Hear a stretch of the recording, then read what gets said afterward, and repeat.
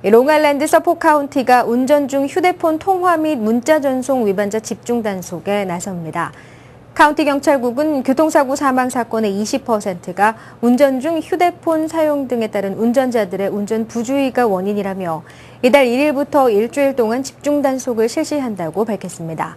운전 중 휴대폰 사용은 물론 문자 전송 등으로 관련 규정을 위반하다 적발되면 벌점 3점에 벌금 $150가 부과될 수 있습니다. 미국 남부 지역이 연일 계속되는 폭염으로 힘겨운 여름을 나고 있습니다. 텍사스주 최대 도시인 휴스턴과 댈러스는 1일 낮 최고 기온이 현지에서 폭염을 기준으로 간주되는 화씨 100도를 웃도는 등 텍사스를 비롯해 알라바마와 미시시피, 루이지애나, 아칸소, 뉴올리언스, 조지아주 등 남부 지역은 한낮에 걸어 다니기가 힘들 정도의 열풍이 이어지고 있습니다. 특히 댈러스와 인근 포트워스시는 이날로 31일째 100도를 넘어 1980년에 세워진 이 지역의 42일 연속 100도 기록 경신 가능성이 제기되고 있습니다. 댈러스의 기온은 1일 화씨 111도를 넘는 등 오는 10일까지 100도를 웃돌 것으로 예보되고 있습니다. 남부의 이상 고온으로 각종 피해가 눈덩이처럼 불어나고 있지만 폭염은 전혀 수그러들 기미를 보이지 않고 있습니다. 남부에선 고온보다 열대 현상이 주민들에겐 더욱 현실적인 문제로 대두되고 있습니다. 한편 수도 워싱턴 DC는 7월 기온이 1871년 이래 최고를 기록했으며 뉴욕 인근 뉴워크는 최고 기온이 화씨 108도로 사상 최고 기온을 경신했습니다. 미 연방정부 부채 상한 증액 협상이 국가 디폴트 시한을 불과 이틀 앞두고 31일 극적으로 타결됐습니다.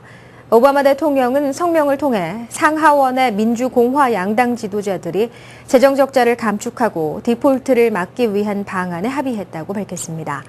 합의한 세부 내용을 보면 미 행정부는 향후 10년 동안 두 단계로 나눠 2조 5천억 달러가량의 지출액을 삭감하기로 했고 이 가운데 약 9천억 달러 규모의 지출 삭감은 1단계로 즉각 승인하기로 했습니다.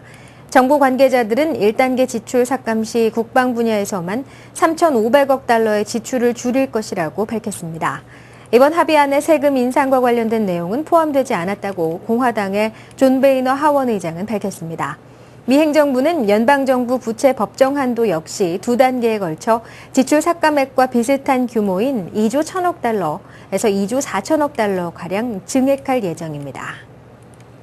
미국의 정부 부채 위기를 계기로 달러화 신뢰도가 빠르게 하락하자 원달러 환율이 올해 안에 달러당 1,000원 선 아래로 내려올 수 있다는 전망이 늘어나고 있습니다. 환율 1,000원 선 붕괴는 대형 수출 기업들의 채산성을 악화시키고 중소수출 기업들을 한계 상황으로 몰아갈 수 있다는 점에서 업계는 긴장하고 있습니다. 원화 절상에 대한 기대감 등에 따라 외국인들의 채권 보유 잔액은 이달 말에 86조 원을 돌파 사상 최대치를 기록했습니다.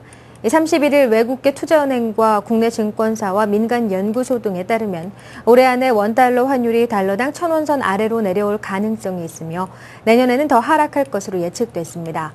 환율 1,000원 선이 무너지면 2008년 4월 28일 이후 처음이 됩니다.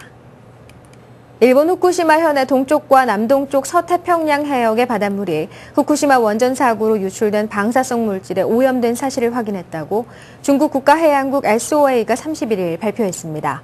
SOA는 성명을 내고 이 해역에서 수집한 바닷물 표본을 검사한 결과 방사성 물질인 스트론튬 90과 세슘 134, 137이 검출됐다고 밝혔습니다. SOA는 이번에 검출된 세슘 134가 정상적인 바닷물에서는 발견되지 않으며 이 서태평양 바닷물 표본에서 검출된 세슘 137과 스트론튬 90의 최대치는 중국 영해에 존재하는 자연적인 방사성 물질보다 각각 300배에서 10배에 달했다고 설명했습니다. 컴퓨터 성능의 무한질주 시대가 한계에 도달했다는 분석이 전문가들 사이에서 제기되고 있습니다.